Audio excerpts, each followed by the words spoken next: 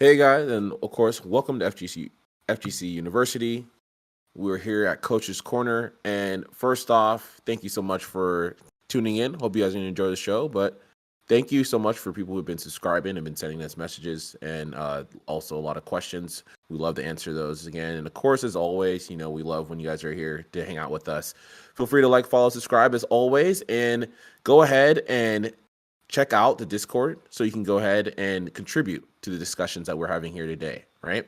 But today we got a wonderful question, and we're going to be going over how to parse out very complex characters. I think it's something that's going to be really exciting to talk about. Just from a lot of us, we love to dive through. Of course, we dive through a ton of characters, coach a lot of people, but usually it's like the characters where you got a lot to work with, right? Which are the most enjoyable. So I'm really excited to go through this one. Just going through the cast overall. Me personally, used to main Sonic, and just that was a big character for me, big passion. And there's a lot of intricacies with that character, despite what people may commonly think, right? So I'm excited to get into this one. But of course, joined here by Ramsey and Tony. How y'all doing today, man?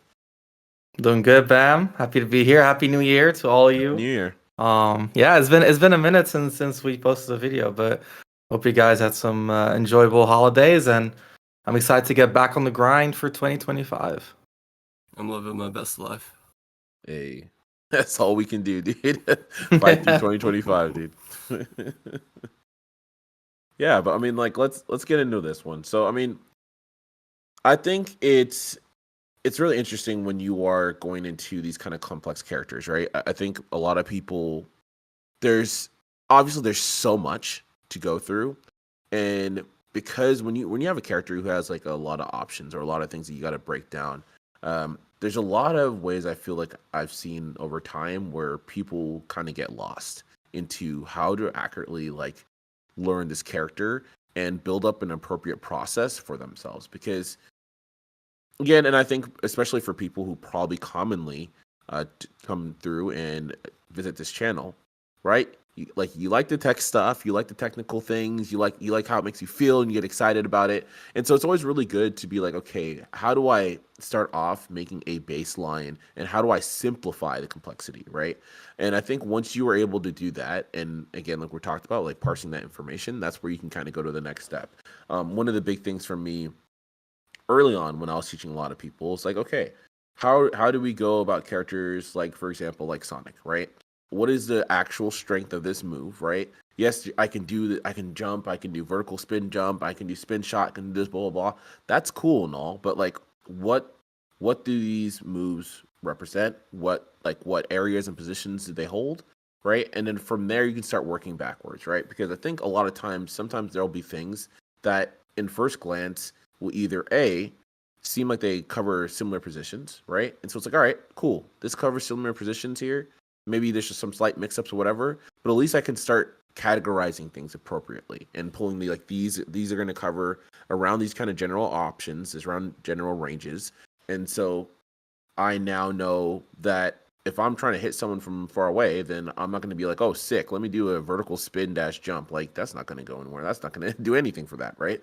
But being able to identify appropriately what's good. Obviously, with positioning, we also come with timing. What's going to get there fast enough? What's going to be slower for that slight delay? What timings can actually correlate, right? So you're going to have some times where, okay, this may be getting to the same position, but this is going to get to the same position if, at a later time. But hey, maybe that later time is the perfect time to catch someone if a spot dodge, just a random example, right? So it will get there in that kind of timing, right? And then you have something that's going to be a bit more quicker, right? Now you know that you have options to kind of get that time shift on that, right? And then change up the timing and build accordingly.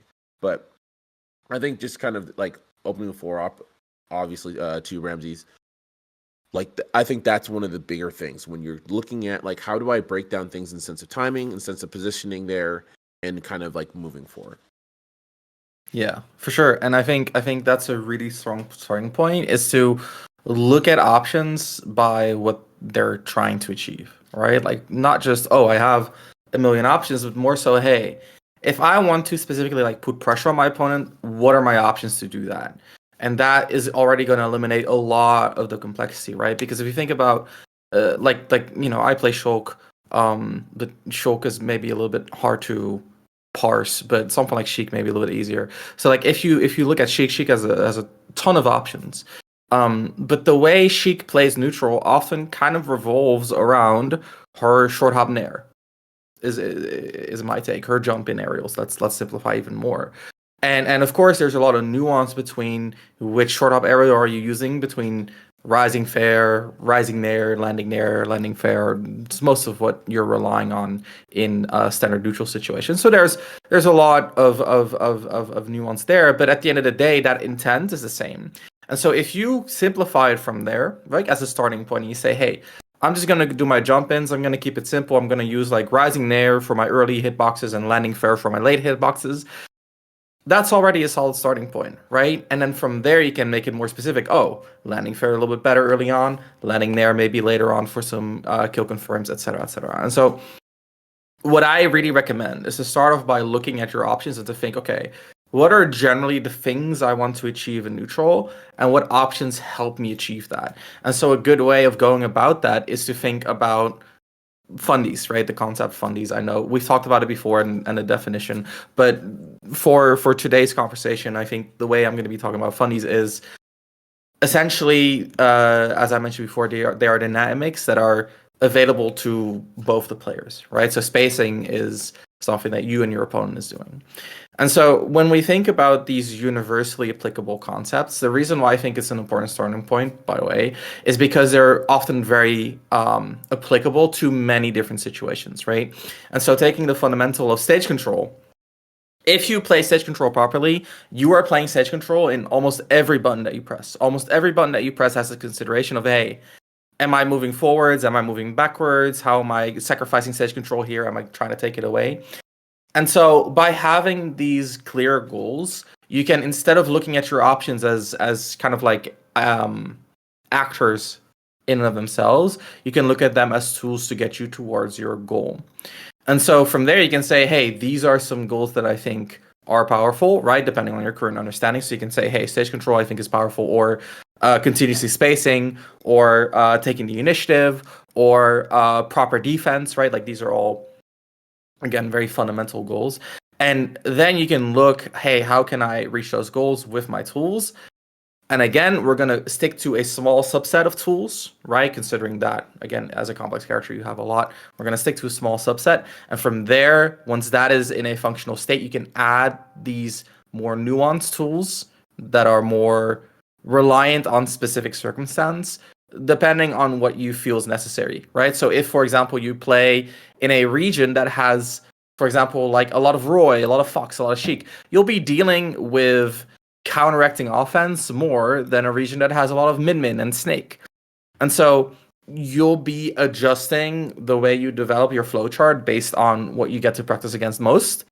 And then from there, you'll again get into like an equilibrium where you feel like your plan is properly developed to handle these elements, and then you can again go and develop your play more and more. So I really recommend for complex players of complex characters is to start by honestly doing very fundamental things and not really leaning into the unique tools too much, and then adding that complexity wherever is necessary.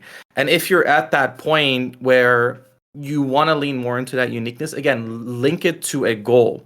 And so thinking, like, I'm just going to talk about Shulk because, you know, I played a shit ton of Shulk. So Shulk has a lot of unique tools that kind of intermingle with these fundamental ideas. And so for me, like, I started off playing a very fundamental Shulk because I'm not like a long time Shulk main. I played Corrin and Zero Suit in Smash 4. So coming into Ultimate, even played Pokemon Trainer for like a half a year to a year. And so like my Shulk at the beginning was just mostly, I was just playing Corrin, right? Like I'm just a sword fighter. And the unique stuff really came in when I realized, like, hey, if I play like Corrin or Shulk, I'm not gonna make it. But in these contexts where like I'm in Buster, actually my walling is pretty good. And so now I'm naturally adding these more complex elements, like for example my unique resource, into my play based on what I'm noticing. Hey, my walling is actually not that great, but with Buster, it actually is. And so now I'm mixing it up and I'm saying like, hey, normally walling maybe not a great idea, but under this circumstance it is. And so a lot of that is obviously experimentation, right? And that is just like going to your friendlies and seeing how your unique tools interact with these specific goals. But you'll usually find yourself in these places where you feel like, hey, my current play is pretty developed. I feel like I'm kind of doing the same thing over and over. What more is there to explore? And if you feel yourself getting to that point, those are really good moments to kind of see what your character uniquely has to offer for the struggle that you're finding yourself in. Because most of the time, the weakness that you're dealing with, right, like the things that you are struggling with, are also related to your character, right? Like if I'm playing Shulk, I'm going to be struggling more with my frame rate that's sucking ass. And so that's a unique struggle. I probably have a fundamental answer, right, which is, for example, my spacing. But I probably also have some character-specific answers, like Monado art usage, or dial storage, or wave dash out of shield. And so what I really recommend, again, is to always have that fundamental answer ready and then enrich your gameplay with the more unique answers. But we do have Tony in the call, and We Tony do. being Sonic's coach, Sonic Mhm. being, in my opinion, a pretty complex character. Bam, I'm sure you agree based on what you Yep. just told me. So I'm really curious to hear. With Tony, what was your approach in kind of intermingling the strong fundies that a top player has to have with all of the unique tools that Sonic has at his fingertips? So, within Sonic's quill tips, we'll say, the Quill I tips. think There that you what go. you want to really look at is to simplify it as much as possible. So, if you are evaluating this problem in the first place, it's assumed that you have enough knowledge of your character to actually assume that they are a complex character. So we'll assume that you're at least familiar with your own character's moveset. And from there, it's a simple matter of what do I have that's the most rewarding? And then from there, you're going to just use what's most rewarding. So uh, uh, the prototypical example for me is uh, realizing when I was watching an Ike player in a con tournament where he's at this convention and everyone's skill level is very low, and one of the strongest players there was an Ike player who was just walking around and forward smashing, and they were outperforming actual. This was mostly like free for alls and such, and they were outperforming like ranked tournament players in the event because this was actually just a more effective method because it was paying off consistently. And I remember being very offended at the time because it was just so inelegant and so brain dead that, but it was still working. And so I had to ask myself, am I really attached to what I think is good Smash gameplay, or am I attached to what works? And so that was actually, for me personally, that was a very influential experience and thought was Yo, shout out to the Ike why, main, baby. yeah, your convention Ike player. Mhm. Why wouldn't you just walk up and forward smash? And why do you have to walk up in the first place? So I think that this paradigm is that you shouldn't necessarily be thinking about your play in the first place until you actually have shown that your play is not working, and therefore you add thought in order to explore other options. So, additional thought than what you need in order to make adjustments is probably wasted thought and wasted energy. And so you're probably better off not putting any more thought into it than that. So you start off, you just walk up and forward smash people if that's your most rewarding tactic. For Sonic, examples of this would be something like specifically the down B spin, which is the version where he doesn't hop, and to getting that into a follow-up move, preferably something horizontal while your opponent's in the corner, something like charge forward smash, getting an up air to up B up air off the top, things like that are usually going to be the things that take the stock at the lowest percents. And so the question is, well, why don't you just do that all the time? And you probably are supposed to do that all the time until your opponent actually doesn't let you hit it in the first place. And so from there, it's a matter of, well, what is my opponent doing that is avoiding this spin charge, that's avoiding this landing up air, and then what do I have that's particularly rewarding, or the most rewarding even, if I know for a fact that my opponent's going to do whatever dodges these things. So, for example, something that can dodge both is if your opponent is full hopping in, then you're probably not going to be able to get a landing up air or get a spin charge toward them. But that means they're now doing something like, say, full hopping into your up smash, just as an example, which is still a way of taking the stock and winning the game, but that's probably not a way of getting a low percent combo in order to get them up to the point where you need to take that stock. Whereas with a spin charge, that can be both your stock taker and also your percent builder in order to position yourself into that point. So we ask ourselves, well, I now cannot just pick one option to be my correct answer for both. So I'm going to have to elaborate a little bit. Do I still have anything that's going to answer that full hop in and still take the stock? And so if we change that landing up air into up B up air a little bit so that we time it or space it a little differently, then we can still simplify so that you just get your bread and butter. It's just landing up air into everything that you want. It's either gonna build up your percent. It's one of your most rewarding combo starters, and it's also gonna be one of your most rewarding combo finishers. You just have to change when you're doing it and where you're doing it, like Bam said.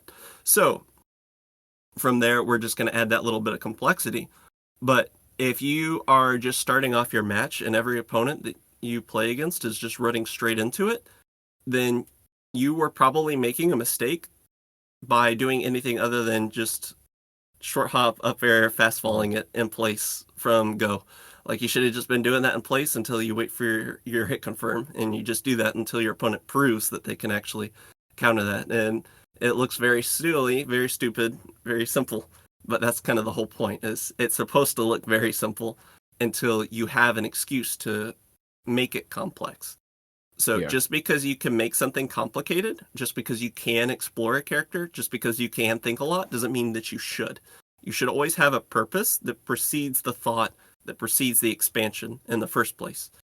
You don't just start building a road because you can build a road. You build a road because you have a specific place that you are connecting in mind. Yeah. And it's something born of necessity.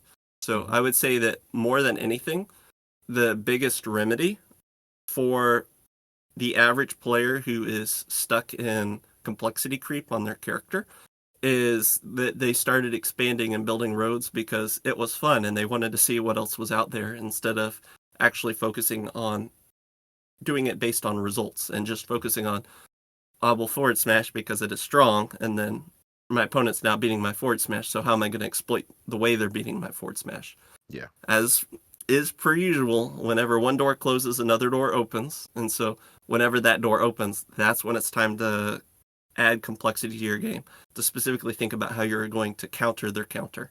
And if you're not doing that, then you are probably missing out on the opportunity to add efficiency to your gameplay.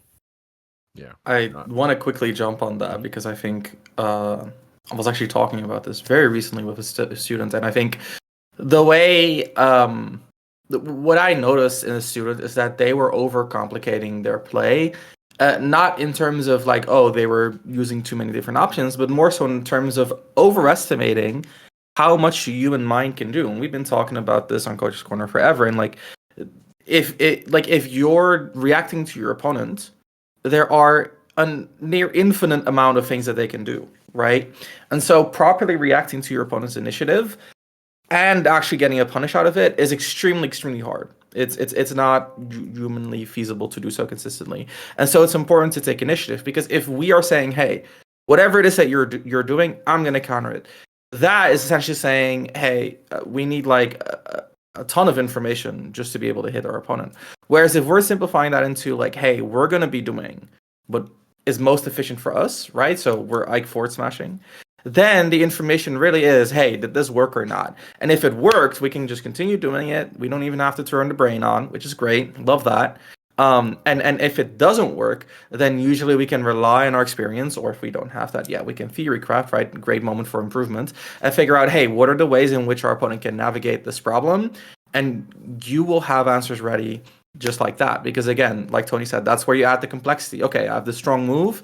They can handle it in like maybe 3 different ways. Okay, I have answers for all of these ways. Because generally your stronger tools have less counterplay available to them. There's a reason that the cloud players are doing jump in backer and not like run up down tilt, right? Because the ways that you want to deal with run up down tilt are way well, there's way more deals to there's way more ways to deal with it. Whereas to deal with Cloud short up Becker, really there's only a few. And so look for that Cloud Becker in your own game plan, your starting point, your most efficient option, and then build from nuancing that, right, and doing that in as many ways as possible to overwhelm your opponent, and into the more specific counterplay based on what your opponent's showing. So really, what we're trying to do is we're trying to simplify the information we're gathering by working from what we want to do instead of focusing on what the opponent wants to do, because we're kind of paralyzed by all the things that we could be doing, which is what I see in a lot of the more complex character mains. Yeah. Sorry, Ben, go ahead. I was interrupting. No, that's perfect. No, 100%. Yeah, I definitely agree, man. I mean, I think one of the biggest things I talk about, and to a lot of people, whether it's in game, out of the game, is like being different for different sake is a lot of times really silly, right? There's a lot of times like, okay, like what is a purpose? Like I think that the like sense of like over expansion, when people just want to go do all these things, I love when talk about like, yeah, why making roads for road's sake, you know? Like, no, it should be for an intention. There should be intention behind why you need to get to where you need to go, right? And if you're just building all these roads, you know, what's going to happen is like you just have all these options and you're not going to get to where you're going. You're just, at this point, you're just going on a joyride. And that's usually what happens. A lot of people, they get stuck and they play some of these characters and they're just, oh, I can do this. Do you know you can do this because this cancels at the time? And then it's like, all right, well, there we go. 0-2, sick. You know, and we talk about it, and you know, it is something. It's okay because it's something that a lot of people go through, right? But it's like at a certain point, you'd be like, all right, what am I doing that works, right? Why am I doing this, right? The goal is I'm trying to get a W here, right? I'm trying to win, I'm trying to grow, and this is what my opponent's giving me, and if this works, right? And you know, people be like, oh, well, you know what? Oh, because it's like this hubris of like, well, if I do that, it's so brain dead. No, it's mental preservation, you know, and that's a good thing. Okay. All right. Being able I love to be that. like, yeah, like being like, hey, you know what? That's great. If I don't have to use my brain here right now, that's perfect. Because you know what? Eventually there will come a time where I have to, right? No one's going to beat the world's greatest and stuff like that just by purely just brain dead things, right? Because they've gotten to the point where they have the, you know, they have the counters to these things. And then you got to use your brain, right? And a lot of times when you go in these tournaments, especially when you get to that level, you get to a point where it's like, how can I best preserve my mental? So when I can use it when it matters most, right? Because you're not going to be able to be high octane, 100% big brain, all this stuff, 100% through the course of a tournament, right? That just doesn't happen, period. We can't, our minds just don't work that way. And eventually you burn out, you get tired, right? So it is not a thing you just spend for whatever, right? It's not like, hey, I got infinite cash, baby. Let's go. And let me spend this on someone I could just forward smash and win. I'm going to do this backflip, do this. Oh, this is a sick combo, though. And then you go up against someone you actually need to use your brain on. And, oh, dude, I just couldn't think. Yeah, you couldn't think because you wasted your time on nonsense, right? So it's like you you really got to think about that. And that is a big danger when it comes to playing a really, really complex character, right? But yeah, going back to what we were talking about in terms of studying these characters, and we talked about the positioning, and we talked about the sense of timing and being able to consolidate, right? Very, very important. Being able to consolidate and categorize what these kind of things do, you know, also what their relationship is with each other. I think like just perfect example, like Tony was talking about versus like me going for the falling up air versus me going for the up smash, right? And it's like being to understand how these things relate to each other, then you start piecing those things. And once you have that, because you have that foundation now, yeah, there's going to be later on when you get to the top, there's going to be some more nuanced circumstances, right? And those are going to be the things now where it's like, okay, what are these unique options that my character has, and are these really effective in this space, right? Do these kind of cover that counter option there, right? Is this something I can use reliably, consistently, and it can be a really good pressure tool just from the get-go, and just gets me good rate damage and whatever, right? Because if it is, cool, I can use it here, right? If it's something super complex and super specific, that's probably going to be something now that you're, and again, now we're talking more on like the higher level, right? If we have something like that, that's probably going to be something that's a counter option that you're going to you try to utilize and leverage, you know, it's kind of like your knowledge checks, whatever it may be, right? But it's very important to, as you are gaining pieces, don't just get caught up in that specific cool, extremely niche trait. Really, you have to take that tool and you have to go to the drawing board. You have to go where you have all your tools and be like, okay, what am I using this for, right? If I'm in a toolbox and I'm like, yo, I just got the freaking Beatmaster 3000 hammer. This is great. And I'm just freaking swinging this thing around. And it's like, yo, bro, we need to screw this thing in. What are you doing? Right? That doesn't make any sense, right? You got to take these tools, right? And go back and be like, okay, this is my toolbox. This is what I use this for. And where does this fit, right? Into this and go from there, right? But it all, like, again, all of this, and I love, like, Tony always talks about this a lot, and it's like, if for good reason, because this gets lost in translation for many people.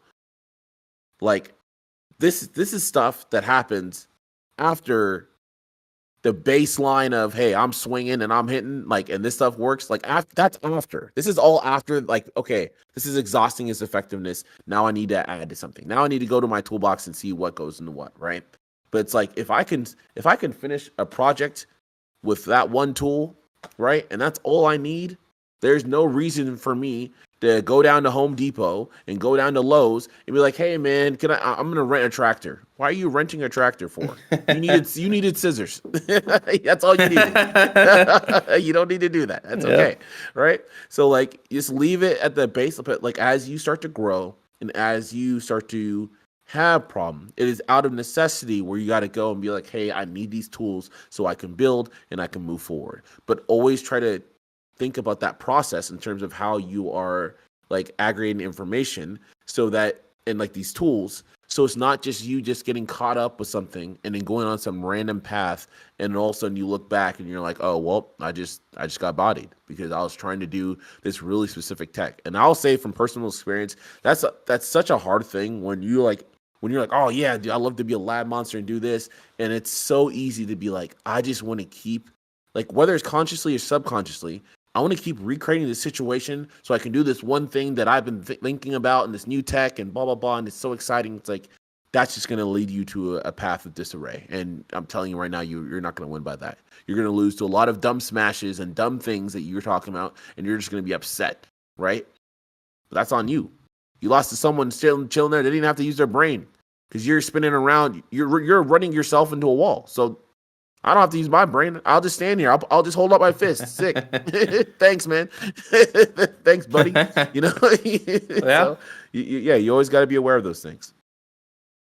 I think one thing that is really important here is that we've seen time and time again that within Ultimate, due to how, like, the just the frame data on short hops, the way defense works, the way the input works, etc., generally just playing fundies is already enough mix-up to have a well-rounded game plan.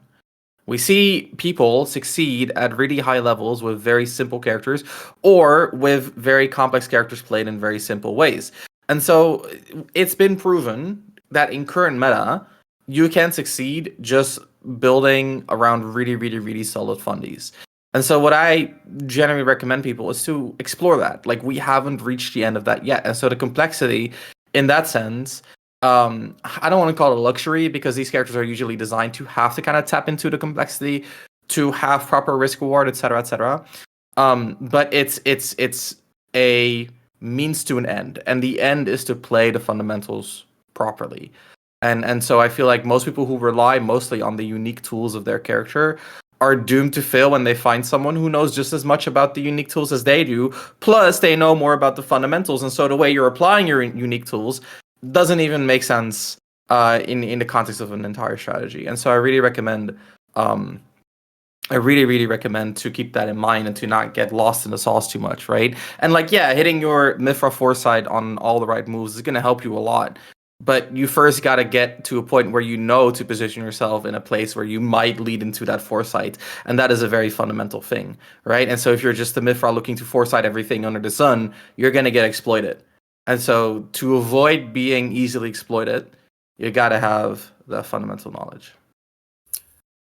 I will say, to round out my point on this, that so we talk about the importance of consistency within simplicity, and I would like to emphasize this is going to be common sense for some people, but not for everybody. So I just wanted to call attention to, as you simplify your plan, keep in mind that a larger percentage of your playtime is going to be spent practicing a smaller or narrower set of specific actions or play patterns.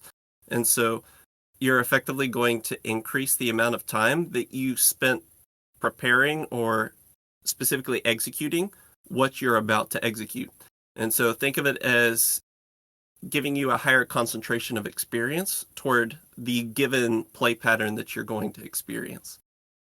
This is, again, pretty much common sense, but not for everybody. But the more time you spend having specifically practicing something, the more effective you're generally going to be at that particular specific thing.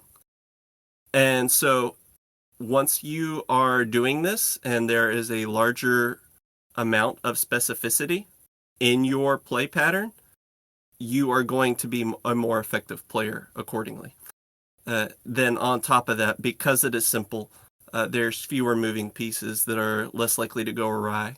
And so these things compound to add to that consistency. And then again, as Ramsey said, because things are so powerful and ultimate, you don't necessarily have to squeeze out every last bit of drop of value, because the things that you start with in this game are so powerful just starting at the floor level that you just want to focus on emphasizing the consistency of your floor. And if you're consistently getting like mediocre punishes, then that is enough to take you all the way to top level in Ultimate. Oh yeah. If you're getting them consistently. Like, you don't have to get the cream of the crop punishes in order to get this. That there's a reason that we are still seeing things like Kazuya players who are having to 2 and 3 touch people instead of getting their 1 touch for the stock. And this is still enough to terrify players even at top level. This is still enough to get people out of pools. Understand, this is what it takes to succeed, even getting out of pools at a major. Like being able to 3 touch someone with a character that is supposed to be 1 touching somebody is enough. So just getting up your average punish is enough. Getting that consistent is enough. Keep it simple. Yeah, no, 100%, 100%. And I mean, guys, any last thoughts kind of on this topic? No, I feel like we discussed the most important beats for sure. I just feel like one thing I will add, because we talk about the practicality of simplification, I think there are people who pick complex characters because they like complex characters. So if you're like your local Rosalina player and you're labbing out all the lunar landing stuff, like don't let us stop you from doing that. What we're talking about, and I want to specify that, is like, how do you take what you've labbed and all that specific knowledge that you have and incorporate that into an overall strategy that makes sense? And I think in that regard, yeah, I think we've done a good job, and I hope you guys who play more complex characters get a better idea of how to integrate that complexity into something that makes sense. Because as a Shulk player, I know, like, whenever I see a problem, I'm like, okay, well, here, like, I can fucking giga brain this and like dial store, and like if I solve this problem like 20 seconds in advance, then I have this art available and I can, like, electric boogaloo them, kill them at 0 with my Buster art frame perfect combo. Like, and yeah, it's easy to start thinking in that way. But like Tony said, when you add that intentionality to your actions, you can more easily parse what the outcome means for you, because the outcome of any action is inherently meaningless, right? And so meaning is something that we impart, and so the easiest way to impart meaning is to have purpose. And so purpose is really where it starts. And I think, as I kind of elaborated on, a lot of the purpose is in those fundamental elements. And as Bam talked about, a lot of that comes down to mixing up your spacing and timing and being aware of how these dynamics play into essentially everything that you do. Yeah. Tony, anything to add? There's plenty of ways to play the game. There's plenty of reasons to play the game. If you're enjoying what you're doing, keep doing it. But we're operating on the assumption that you would like to win the tournament. And so generally our advice within this podcast are going to be directed toward that goal, in that assumption. Yeah, 1,000%. Well, everyone, thank you so much for tuning in into another episode of Coach's Corner.